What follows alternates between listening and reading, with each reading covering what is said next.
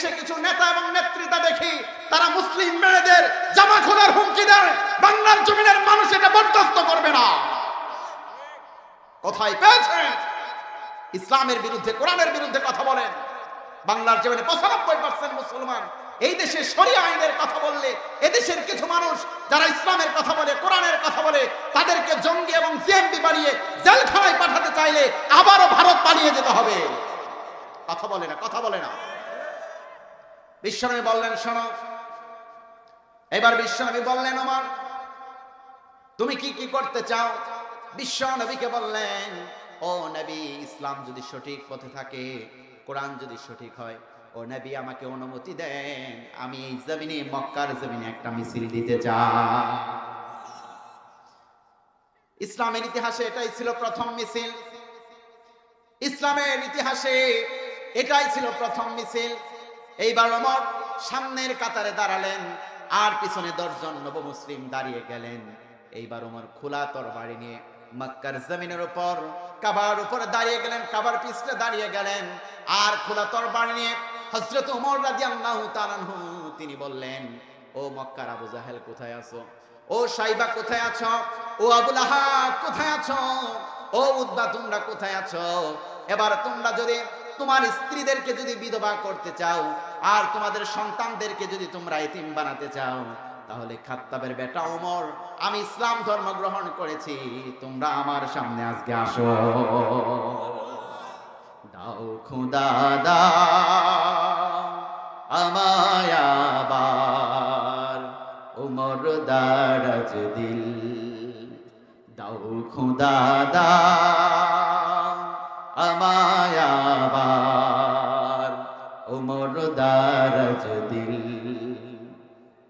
দাওয়ালির মতো বীর সেনানী, দাওয়ালির মতো বীর সেনানী, জগাতে লিখি,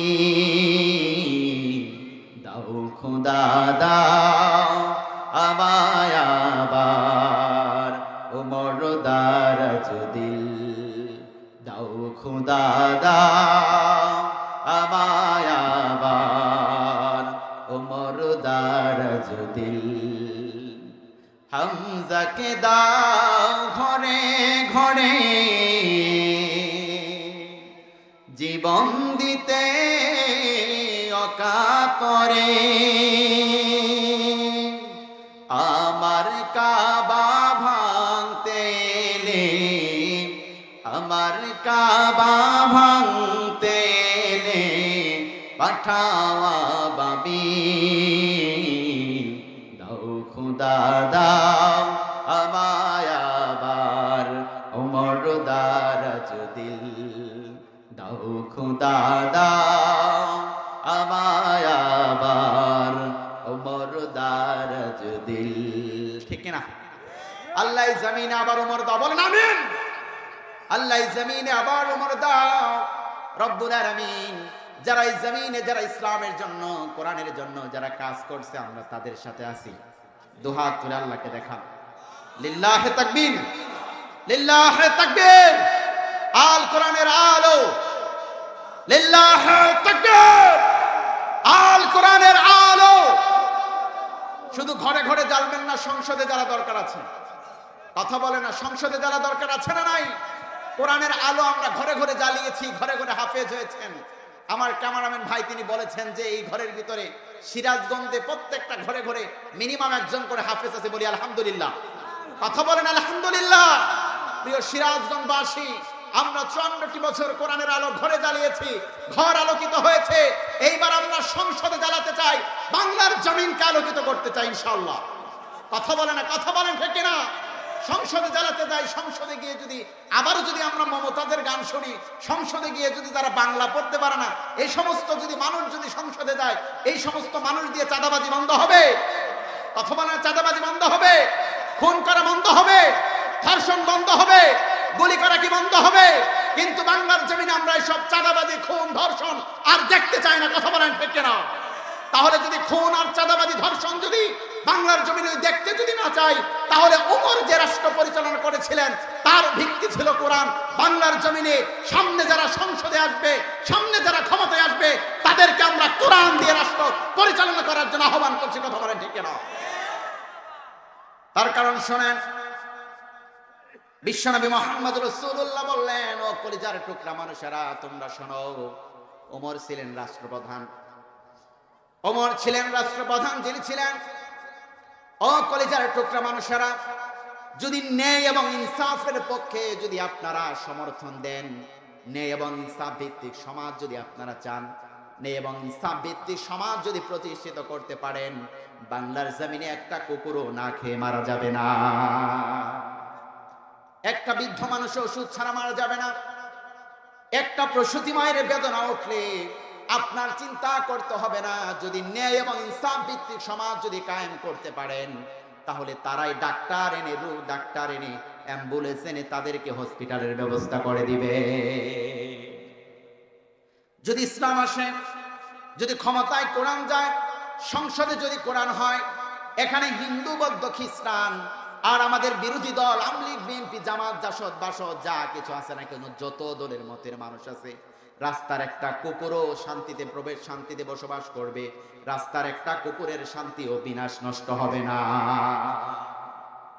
কিভাবে শোনেন প্রিয় ভাইরা আমার, এটা গল্প বলছি না, কোরআনের কথা বলছি, সাহাবীদের কথা বলছি, কোরআনের ইতিহাস শোনাচ্ছি, সাহাবীদের ইতিহাস বলছি।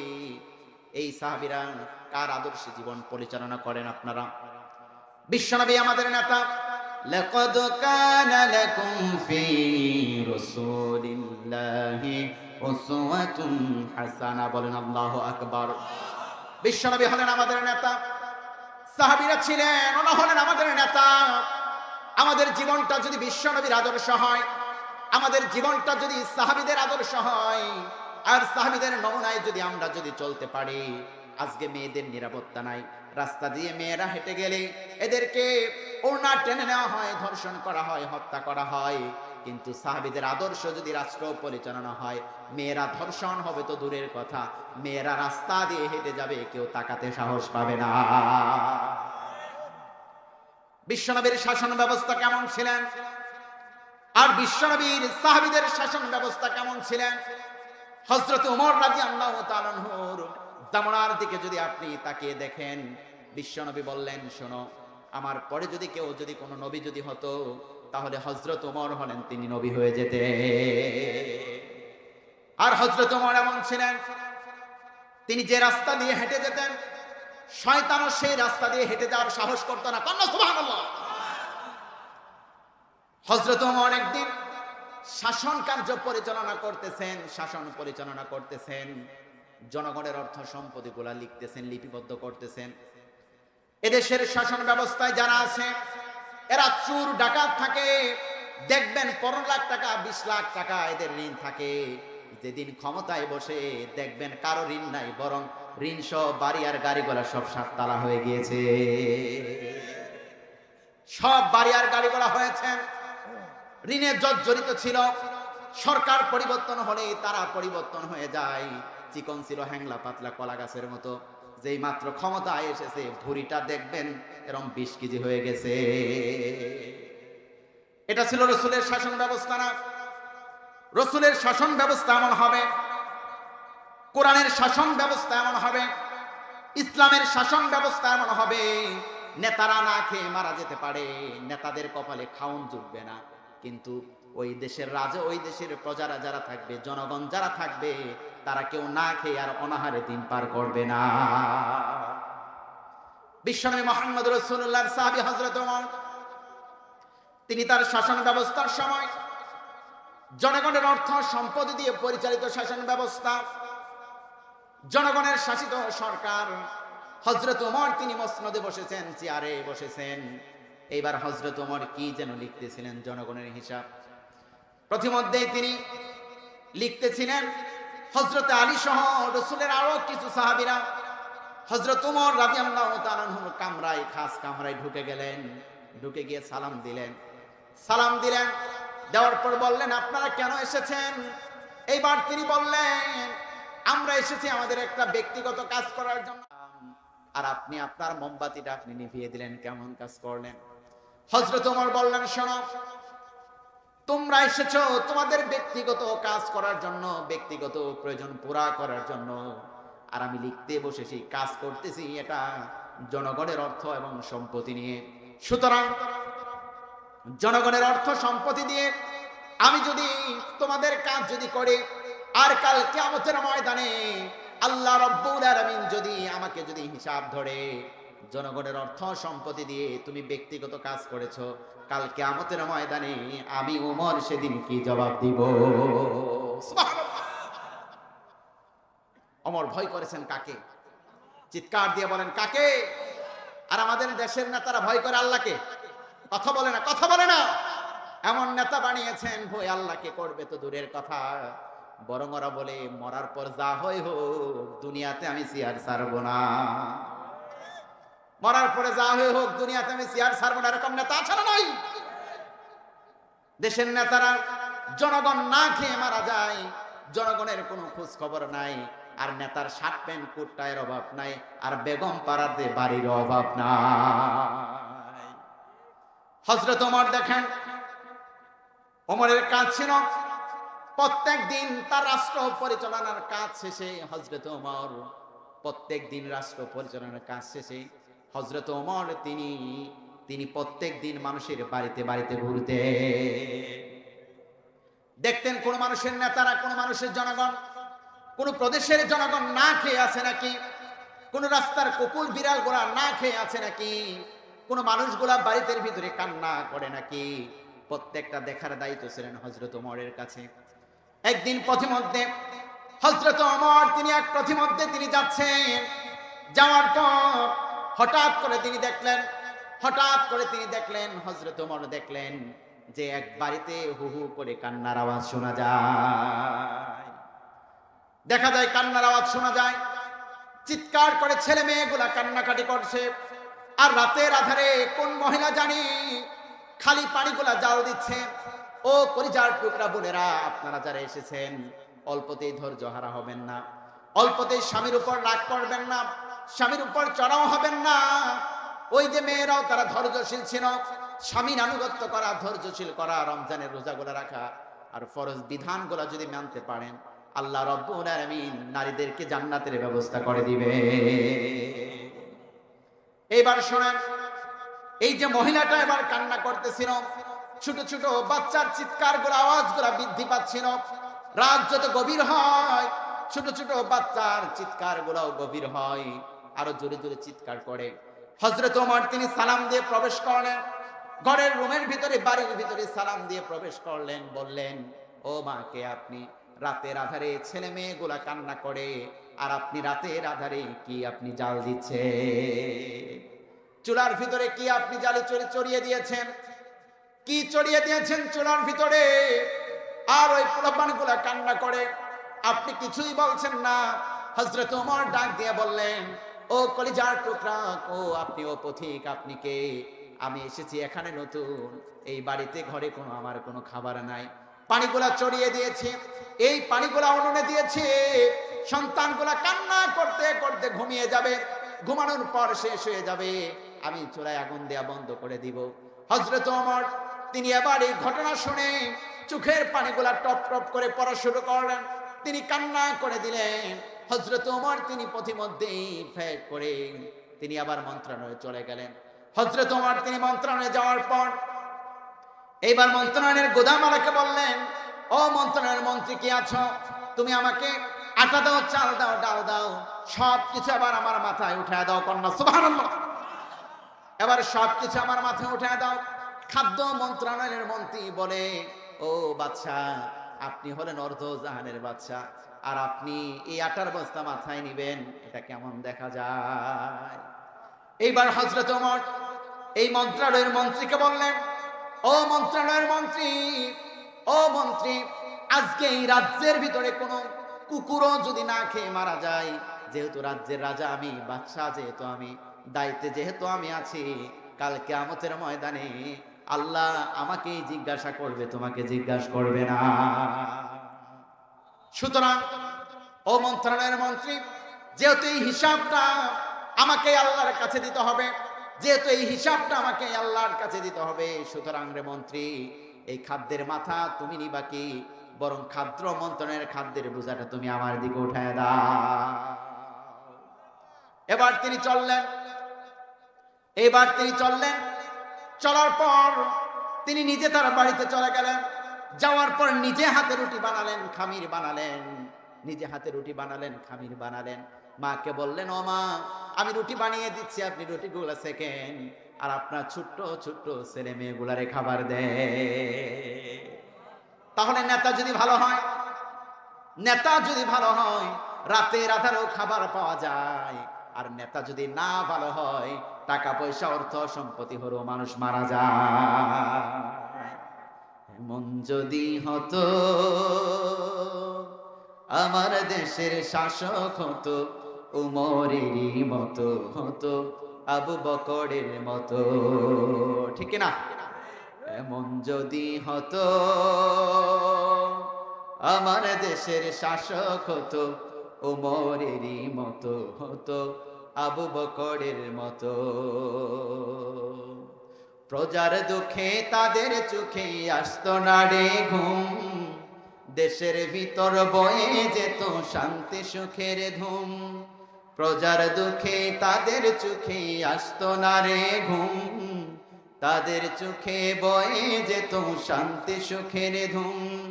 গরিব দুঃখী ভুখা নাঙা নাহি পাওয়া যেত, এমন যদি হতো আমার দেশের শাসক হতো, উমরেরই মতো হতো, আবু বকরের মতো। এমন যদি হতো আমার দেশের শাসক হতো, উমরেরই মতো হতো, আবু বকরের মতো, ঠিক না? আল্লাহ জামিনের শাসকগুলা ওমরের মতো বানায় দাও, বলুন আমিন। আল্লাহ জামিনের শাসকগুলা আবু বকরের মতো বানায় দাও, বলুন আমিন।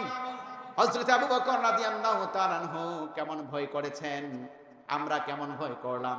হযরত আবু বকর একদিন কাপড়ের ব্যবসা করতেন, আবু বকর তখন তিনি খেলাফতের দায়িত্ব ছিলেন। হযরত আবু বকরও তিনি কাপড়ের ব্যবসা করতেন যখন তিনি বাদশা। কিন্তু আমার দেশের সরকার প্রধানরা আছে, এদের কোনো ব্যবসা আছে নাকি? হযরত আবু বকর তিনি কাপড়ের ব্যবসা করতেন।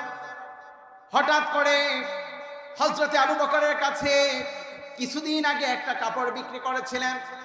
আর এই কাপড় বিক্রি করার পর হযরত আবু বকর তিনি কাপড় বিক্রি করার পর কিছুদিন পর আবার কাপড়টা ফেরত নিয়ে আসলেন।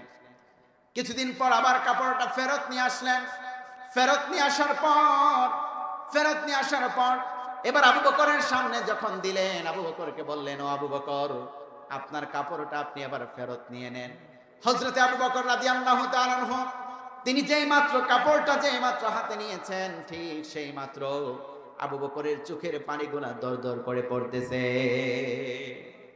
হযরত আবু বকর কান্না করে দিলেন, ছোট বাচ্চাদের মতো কান্না করলেন।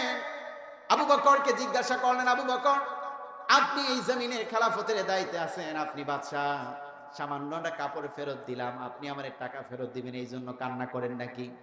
আবু বকর বললেন, শোনো ও মানুষ, জনগণ, তোমরা শোনো, তুমি আমাকে কাপড় ফেরত দিলে আর আমি তোমাকে টাকা ফেরত দিয়ে দিলাম, ঘটনা এখানে শেষ হয়ে গেল। কিন্তু আমি দুনিয়ার কথা চিন্তা করছি না।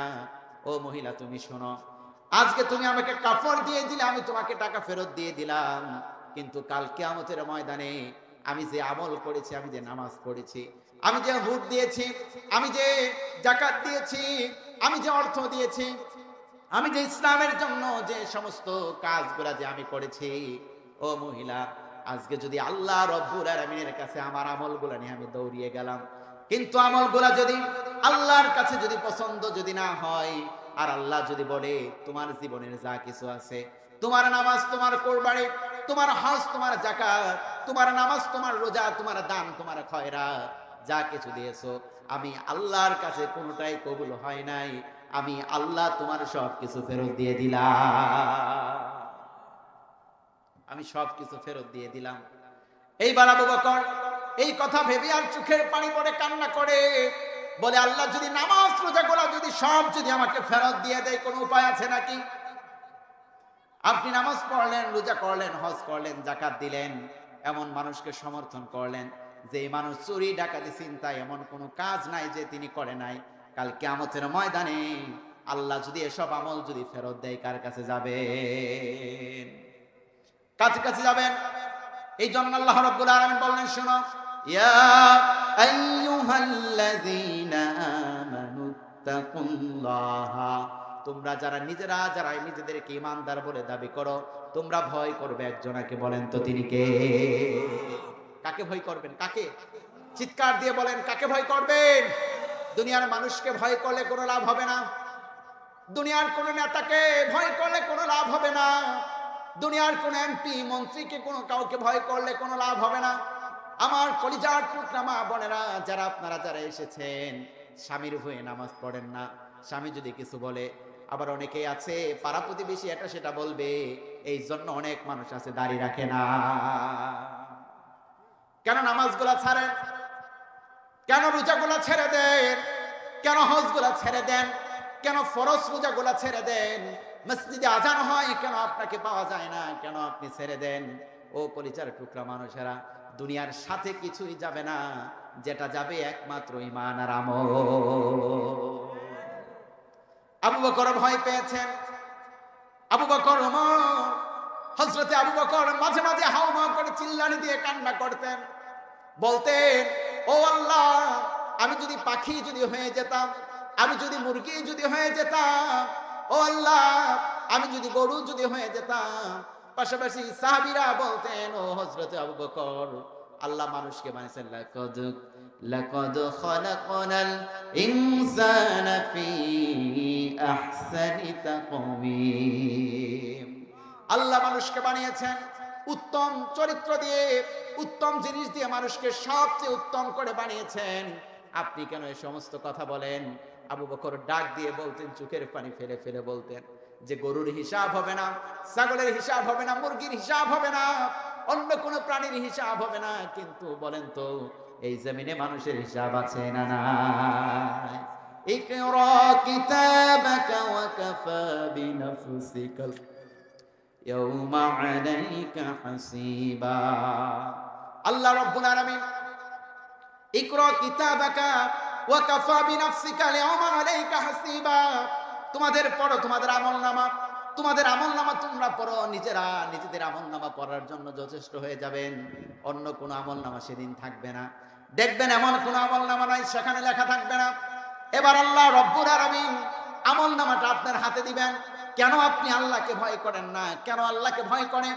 দুনিয়াকে আল্লাহকে ভয় করে কেন দুনিয়াতে চলেন না? আল্লাহ এবার আপনার আমলনামা হাতে দিবেন, বলবেন, ইকরা পড়ো কিতাবাকা, তোমার কিতাব, ওয়া কাফা বিনাফসিকা ইয়াউমা আলাইকা হাসিবা, তোমার হিসাব করার জন্য আজকে তুমি নিজেই যথেষ্ট। এইবার হিসাব যখন দিবেন, দেখবেন এই জমিনের ভিতরে যত ভূত চুরের গুনাহ সব আছে। সুবহানাল্লাহ বলবেন? নাউজুবিল্লাহ। ভূত চুরি করা সওয়াবের কাজ। আরে কথা বলে না, ভূত চুরি করা সওয়াবের কাজ, অন্যের হক মারা সওয়াবের কাজ, অন্যের জবরদখল করা সওয়াবের কাজ, অন্যের জমি দখল করা কি সওয়াবের কাজ? কথা বলে না। তাহলে সেটা যদি সওয়াবের কাজ যদি না হয়, দেখবেন কোন দিন কোন মিথ্যা কথা বলেছেন, কোন দিন কোন মানুষের আত্মসাৎ করেছেন, কোন মানুষের ক্ষতি করেছেন, সেদিন দেখবেন প্রত্যেকটা আমলনামা আপনি কোরআন শরীফের মতো যেরকম লেখা স্পষ্ট, আপনার আমলনামা সেদিন আপনার হাতের মধ্যে স্পষ্ট দেখা যাবে। বাঁচার উপায় আছে? কথা বলে না, বাঁচার উপায় আছে। এই জন্য ভয় করবেন কাকে? কথা বলেন, ভয় করবেন কাকে? হযরত ওমর হিসাবের ভয় করতেন। এই জন্য তিনি বলতেন যে আমি যদি পাখি যদি হয়ে যেতাম, আমি যদি গরু ছাগল ভেড়া যদি হয়ে যেতাম। হযরত ওমরকে বললেন, আবু বকরকে বলতেন, আপনি আল্লাহর নবীর একজন সাহাবী, আপনি কেন এই সমস্ত বলেন? বললেন, গরুর হিসাব হবে না, মুরগির হিসাব হবে না, পাখালি গুড়ার হিসাব হবে না, এদের হিসাব হবে কম, কিন্তু মানুষের হিসাব ব্যতীত মানুষ একটা কদম সে সামনে যেতে পারবে না, একটা কদমের সামনে যেতে পারবে না। এইভাবে তিনি হিসাবের দিনকে ভয় করতেন। আর বেশি বেশি করে আমল করতেন। কত আমল করেছেন, কত নামাজ পড়েছেন, কত জিকির করেছেন, কত তাসবিহ পড়েছেন। আমার কলিজার টুকরা বোনেরা যারা এসেছেন, কেন নামাজগুলা পড়েন না? কেন আপনি পর্দাগুলা করেন না? কেন স্বামীর হুকুম আপনি অমান্য করে সমাজের ভিতরে চলাফেরা করেন? আপনারে কোন ভূতে ধরলো আপনি বেপরদায় চলেন? কোন ভূতে ধরলো আপনি বেপরদায় চলেন? কোন রোগে আপনার ধরেছে? স্বামীর বিরুদ্ধে আপনি কথা বলেন, স্বামীর পক্ষপাতিত্ব না করে স্বামীর হালাল কথাগুলো আপনি কেন না শুনেন? কোন ভূতে আপনাকে ধরেছে? হিসাবের দিন ওই আমল ছাড়া, নেক আমল ছাড়া দুনিয়ার কেউ বাঁচতে পারবে না। বিশ্বনবী ইন্তেকাল করলেন, কলিজার টুকরা নবী ইন্তেকাল করলেন। তার কিছুদিন পরে, কলিজার টুকরা নবী ইন্তেকাল করার পরে বিশ্বনবী একদিন স্বপ্নে দেখলেন হযরতে ফাতেমা। ও কলিজার টুকরা বোনেরা, আপনারা যারা আছেন আর কলিজার টুকরা বাবারা, দুহাত পায়ে রেখে আপনাদেরকে বলে যেতে চাই, নামাজ ছাড়া আমাদের কোনো গতি নাই, সত্যের পক্ষে সমর্থন দেওয়া ছাড়া আমাদের কোনো গতি নাই। তার কারণ আমাদের একমাত্র পুঁজি হলো ঈমান আর আমল। এইবার বিশ্বনবী যখন ইন্তেকাল করলেন, বিশ্বনবীর ইন্তেকাল করার পর কিছুদিন পরে খাতুনে জান্নাত ফাতেমাতুজ জোহরা, কিছুদিন পরে খাতুনে জান্নাত ফাতেমাতুজ জোহরা ইন্তেকাল করবেন। একদিন রাতের ভিতরে তারা ঘুমিয়ে আছেন, একদিন রাতের ভিতরে ঘুমিয়ে আছেন স্বামী আর স্ত্রী, হযরত আলী আর কলিজার টুকরা খাতুনে জান্নাত ফাতেমাতুজ জোহরা তিনি ঘুমিয়ে আছেন। ঘুমিয়ে থাকতে থাকতে হঠাৎ করে বললেন, ও কলিজার টুকরা স্বামী, আমি আপনার সঙ্গে দীর্ঘদিন সংসার করলাম, হাসান আর হুসাইন আমাদের দুইজন সন্তান। ও কলিজার টুকরা স্বামী, আমি যদি কোনো ভুল ত্রুটি করে থাকি আমাকে আপনি মাফ করে দিবে। স্বামীর কাছে মাফ চাইছেন, কিন্তু আমার কলিজার টুকরা বোনেরা একটার পর একটা ভুল করতেই থাকে। স্বামীকে মাফ চাইবে তো দূরের কথা, স্বামীরে আসামি মনে করে। কথা বলে না, স্বামীরে আসামি মনে করে। আমাদের দেশের বোনেরা, কলিজার টুকরা মায়েরা যারা এসেছেন, বাবারা যারা এসেছেন, বিশ্বনবী মুহাম্মদ রাসূলুল্লাহ বললেন, শোনো, একদিন খাতুনে জান্নাত ফাতেমাতুজ জোহরাকে ডাক দিয়ে বললেন, ও ফাতেমা, আমার জামাই, তোমার জামাই আলী, আমার মেয়ের জামাই, যদি কোনো হালাল কোনো জিনিসের উপর রাগ করে, হালাল কোনো জিনিস নিয়ে তোমার উপর যদি রাগ করে, আর তুমি ফাতেমা যদি মারা যাও, তাহলে আমি বিশ্ব নবী তোমার বাবা হয়েও তোমার জানাজা পড়তে যাব না।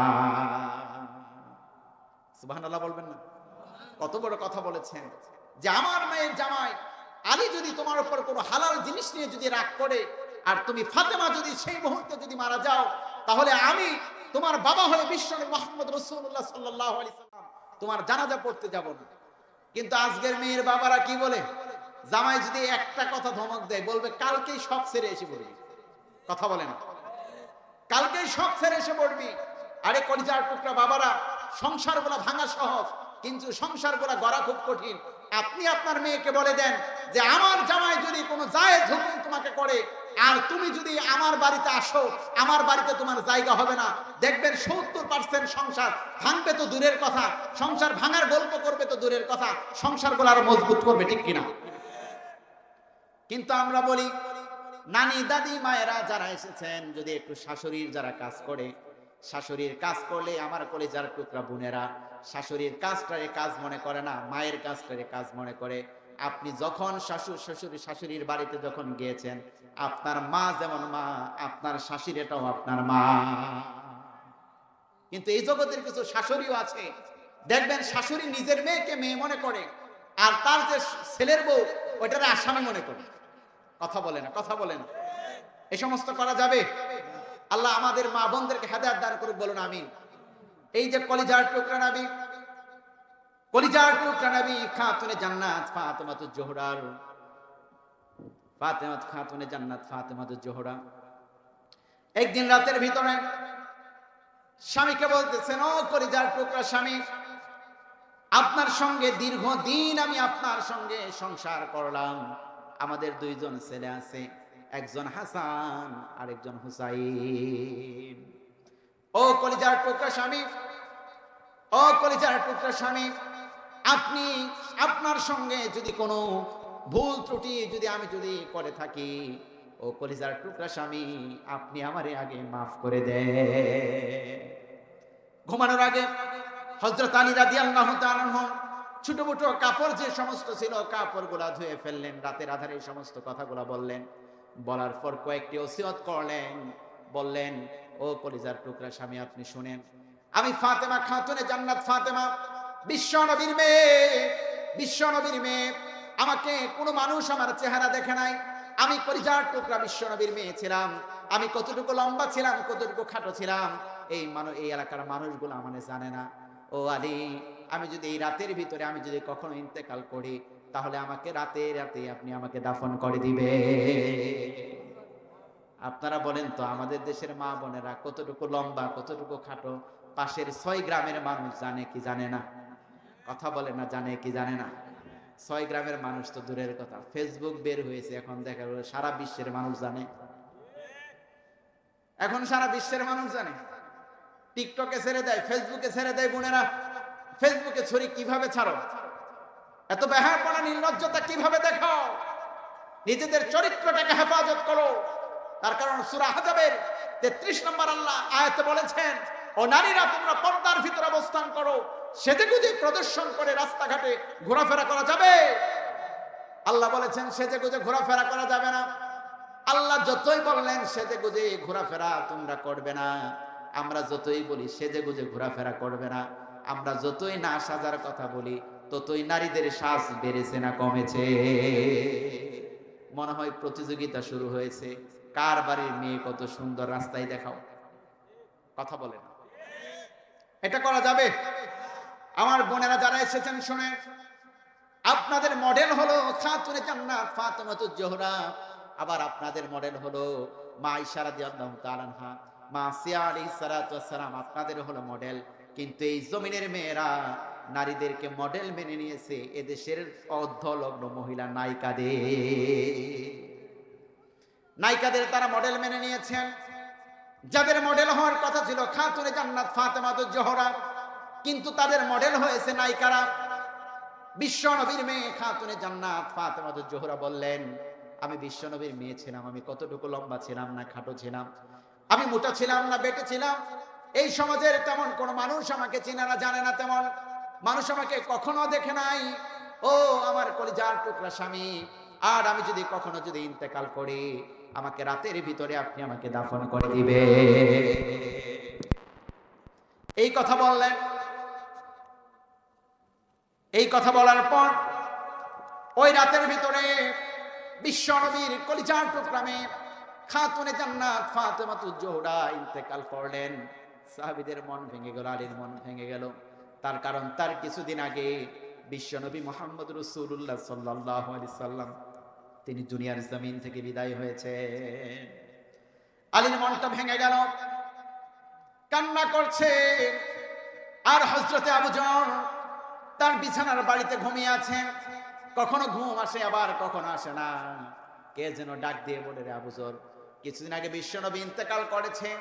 ও আবু যর, আজকে বিশ্বনবী মুহাম্মদ রাসূলুল্লাহ কলিজার টুকরা খাতুনে জান্নাত ফাতেমাতুজ জোহরা ইন্তেকাল করে বসেছেন।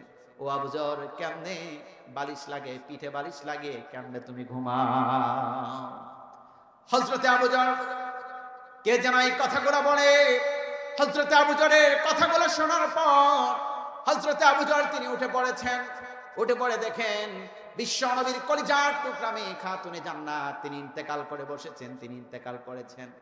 এবার হযরতে আবু যর রাদিয়াল্লাহু তাআলা আনহু, আমার কলিজার টুকরা বোনেরা শুনেন, আমার কলিজার টুকরা বাবারা আপনারা শুনেন, কতটুকু আমল করেছেন, কি করেছেন জীবনে। আমার কলিজার টুকরা বোনেরা আপনারা যারা এসেছেন মনোযোগ দিয়ে শুনেন। আমার কলিজার টুকরা বোন, এইবার হযরতে আবু যর তিনি কবর খুঁড়তে গেলেন। কবর খুঁড়ে আর দু চোখের পানিগুলা ছেড়ে দেয়, ছেড়ে ছেড়ে তিনি বলে, ও কবর, তুমি কি জানো এই কবরের ভিতরে কাকে রাখতে যাব? ও কবর, তুমি কি জানো এই কবরের ভিতরে কাকে আমি রাখতে যাব? এইবার বিশ্ব নবীর সাহাবী হযরতে আবু যর বলে, ও কবর, এখানে তুমি জানো আমি কাকে রাখতে যাব? এইবার কবর মাঝে মাঝে আবু যরকে বলে, এখানে যিনি থাকবেন তিনি হলেন দুনিয়ার কোন সাধারণ মানুষ না, তিনি হলেন দুনিয়ার কোন সাধারণ মানুষ না, তিনি হলেন বিশ্ব নবী মুহাম্মদ রাসূলুল্লাহ সাল্লাল্লাহু আলাইহি সাল্লামের কলিজার টুকরা সন্তান হাসান হুসাইনের মা। আর যিনি কবরে যিনি থাকবেন জান্নাতের সাহাবী আলী, হযরতে আলীর স্ত্রী খাতুনে জান্নাত ফাতেমাতুজ জোহরা। এই আবু যরের সমস্ত কথাগুলো বলেন আর তিনি কবর খুঁড়তে থাকেন, এই সমস্ত কথাগুলো বলেন আর তিনি কবর খুঁড়তে থাকেন। এইবার কবর জবাব দেয়, রে আবু যর শোনো, ও আবু যর তুমি শোনো, আমি চিনি না হযরতে খাতুনে জান্নাত ফাতেমাতুজ জোহরা। ও কবর, আমি চিনি না হাসান হুসাইনের স্ত্রী। ও কবর, হাসান হুসাইনের মা। ও কবর, আমি চিনি না হযরত আলীর স্ত্রী। ও কবর, আমি শুধু এইটুকু জানি, আবু যর এইটুকু জানি, আমি কবর অন্ধকার, কবর সাপ বিচ্ছুর ঘর, আমি চিনি ঈমান আর আমল, আমি আর কোনো কিছু চিনি না। কত বড় নেতা মারা গিয়েছে আমি সেটা চিনি না, কোন মসজিদের ইমাম মারা গিয়েছে আমি সেটা চিনি না, কোন বাড়ির মৌলবী মারা গিয়েছে আমি সেটা চিনি না, খালেদা মারা গেল না হাসিনা মারা গেল আমি কাউকে চিনি না, আমি অন্ধকার কবর, আমি একমাত্র চিনি ঈমান আর আমল, আমি আর কাউকে চিনি না। অন্ধকার কবর, আমি আর কাউকে চিনি না। তার কারণ পৃথিবীর সমস্ত মানুষগুলো একদিন ইন্তেকাল করে বসবেন। দুনিয়ার কোনো মানুষই পৃথিবীতে কেউ বেঁচে থাকবে না। গাছ বৃক্ষ তৃণলতা যা আছে সবার একদিন হায়াত শেষ হবে, সব মৃত্যুবরণ করবে, সব মৃত্যুবরণ করবে। দুনিয়ার কিছুই থাকবে না, কেউ থাকবে না। অন্ধকার প্রথম রাতটা কবরের এমন হবে, যেই মাত্র মানুষগুলা, যেই মাত্র কবরের ভিতরে মাটি দেওয়া হবে, স্বর্ণের দেহ সোনার দেহটা জীবনে যা যা করলেন, জীবনে যা যা করলেন সব কিছু একদিন সব মাটিতে মিশে যাবে।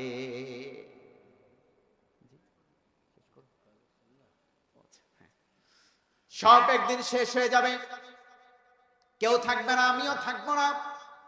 দুনিয়ার অর্থ সম্পত্তি কিছুই আমাদের সঙ্গে থাকবে না। বাদশাহ সেকান্দার তিনি ইন্তেকাল করলেন, বাদশাহ সেকান্দার ইন্তেকাল করলেন। ইন্তেকাল করার পর তার রাজ্যের পিয়াদারদের বলকে রাজাদেরকে বললেন, শোনো রাজারা, অমন্ত্রীরা, তোমরা যারা আছো শোনো, আমাকে যেদিন আমার লাশের খাটিয়াটা যেদিন যখন তুমি রাজ্যের ভিতরে দিয়ে যখন নিয়ে যাবে, আমার ডান পাশে আমার হাতটা বের করে রাখবা, আমার বাম পাশে আমার হাতটা বের করে রাখবা।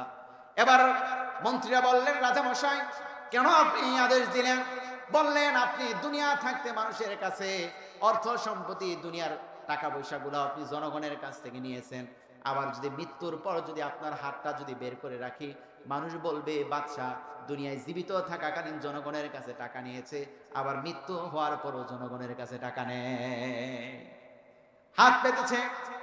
এবার বাদশা সেকান্দার বললেন, শোনো, এই কথা জনগণ ভাবলে ভাবো, কিন্তু আমার কথা এটা না, আমার কথা হলো, রে জনগণ তোমরা শোনো, আমি বাদশা সেকান্দার ছিলাম, এমন কোন অর্থ সম্পত্তি টাকা পয়সা আমার কোনো অভাব ছিল না, কোনো অভাব ছিল না। এইবার যখন আমি ইন্তেকাল যখন করলাম, দুই হাতটা বের করে দিবা, এই দেশের জনগণ যাতে দেখে আমি বাদশা সেকান্দার কাফনের কোনো পকেট ছিল না, আমার দুই হাতটাও ফাঁকা ছিল, দুনিয়ার জমিন থেকে কোনো কিছু নিয়ে আমি কবরে যেতে পারি না।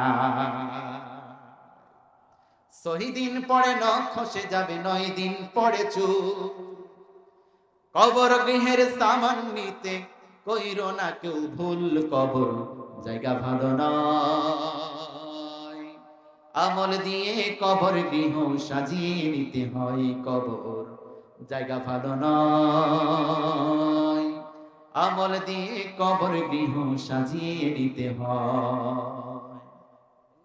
6 দিন পরে নখ খসে যাবে, 9 দিন পরে চুল, কবর গাহের সামান নিতে কইরো না কেউ ভুল, কবর জায়গা ভালো নয়, আমল দিয়ে কবর গৃহ সাজিয়ে নিতে হয়, কবর জায়গা ভালো নয়, আমল দিয়ে কবর গৃহ সাজিয়ে নিতে হয়।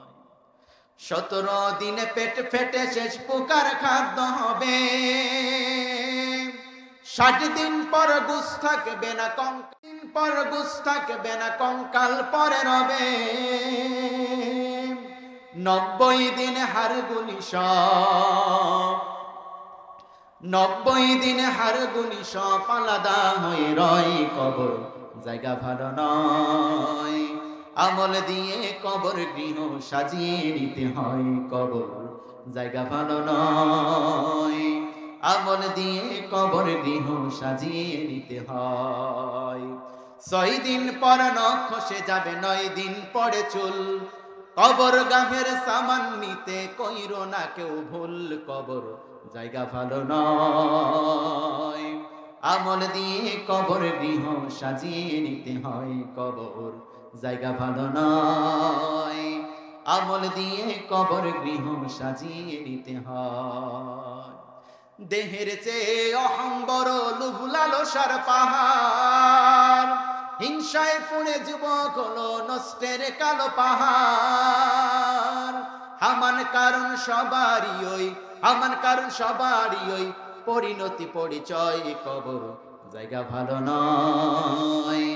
আমল দিয়ে কবর গৃহ সাজিয়ে নিতে হয় কবর, জায়গা ভালো নয়। আমল দিয়ে কবর গৃহ সাজিয়ে নিতে হয়। আমল দরকার আছে না নাই? কথা বলেন, আছে না নাই? আমল ছাড়া কেউ বাঁচতে পারবো?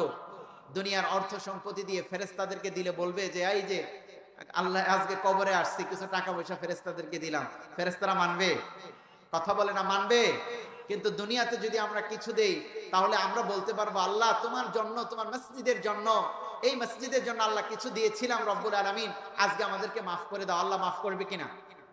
কথা বলে না, করবে কিনা? একটু চিৎকার দিয়ে বলেন, মাফ করবে কি করবে না? তাহলে প্রিয় ভাইয়েরা আমার, ইসলামের জন্য, কোরআনের জন্য, এই মসজিদের জন্য আমি এখানে এসে এশারের জামাত পড়েছি। এশারের জামাত পড়েছি, অত্যন্ত সুন্দর। এই এলাকার ভিতরে এত সুন্দর একটা মসজিদ এখানে হতে পারে, এটা কল্পনার বাইরে। আল্লাহ কবুল করে বলুন আমিন। এটা না, এই মসজিদ না, আচ্ছা ওইটা কেন্দ্রীয় মসজিদ, সরি। আচ্ছা দুটাই মসজিদ, দুটাই মসজিদ না ইনশাল্লাহ? দুইটা মসজিদ, এখানেও নামাজ হয়, ওখানেও নামাজ হয়। আল্লাহ দুইটা মসজিদকে আল্লাহ কবুল করুক, বলেন আমিন। একটু চিৎকার দিয়ে বলেন আমিন। আবু বকরের সঙ্গে আমরা জান্নাতে যেতে কে চাই? দু হাত তুলে আল্লাহকে দেখা। লিল্লাহে তাকবীর, লিল্লাহে তাকবীর। হাত নামান, হাত নামান।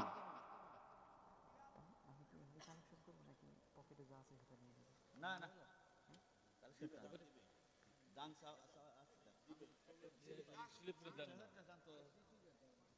আচ্ছা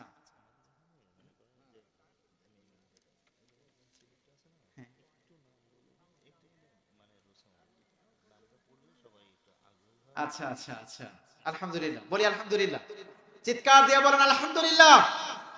আমার প্রিয় ভাই, নাম মোশাররফ হোসেন, গ্রাম। তিনি তার মা মারা গিয়েছেন, তার জন্য দোয়া চেয়েছেন, দিয়েছেন 5,000 টাকা। আল্লাহ কবুল করুক, বলুন আমিন।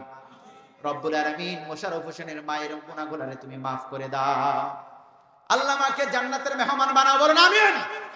রব্বুল আলামিন যারা তার মায়ের জন্য, বাবার জন্য যারা দোয়া করে, আল্লাহ মায়ের জন্য, বাবার জন্য যারা অর্থ সম্পত্তি দেয়, রব্বুল আলামিন কাল কিয়ামতের কঠিন ময়দানে আল্লাহ তোমার মারে আল্লাহ তুমি মাফ করে দাও। এরপর আছেন নাম মুসাম্মদ আলেয়া খাতুন, নাম মুসাম্মদ আলেয়া, গ্রাম নাদা। মৃত স্বামীর জন্য দোয়া চেয়েছেন, তিনি 10,000 টাকা দিয়েছেন। লিল্লাহে তাকবীর, আরো জোরে লিল্লাহে তাকবীর। রব্বুল আলামিন আল্লাহ আমার কলিজার টুকরা বোন আলেয়া, আল্লাহ তার কলিজার টুকরা মৃত স্বামীর জন্য 10,000 টাকা মসজিদে দিয়েছেন।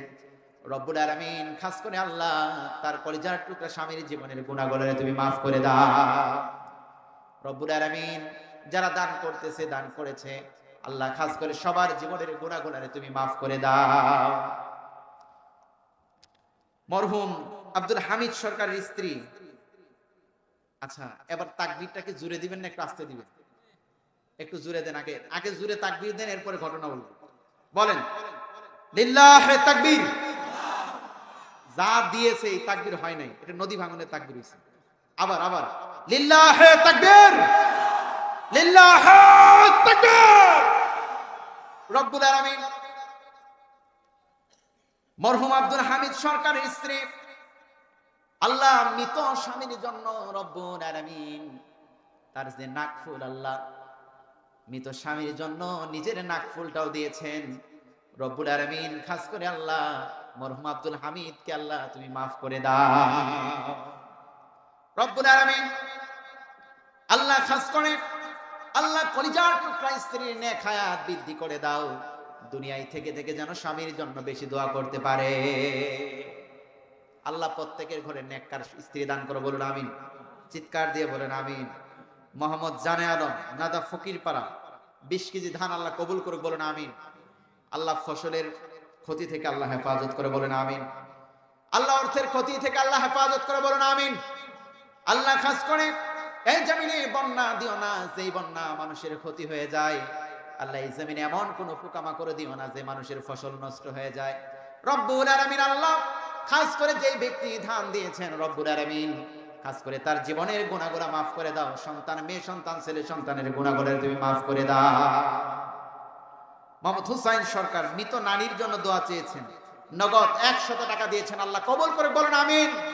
রব্বুল আলামিন তোমার বান্দাদের চোখে 100 টাকা কম হতে পারে, কিন্তু আল্লাহ তোমার খাজানায় তো 100 টাকা কম নয় রব্বুল আলামিন। যেই বান্দা গোনা তোমার অর্থ সম্পত্তি দিয়েছে আল্লাহ, তোমার মসজিদে যারা দান করে আল্লাহ কাল কিয়ামতের কঠিন ময়দানে তাদের জন্য সাহায্যকারী হয়ে যাও। এই যে আপনারা যে চলে যাচ্ছেন, আপনাদের জন্য এরপরও আরেকটা বড় বক্তা আছে, তবারক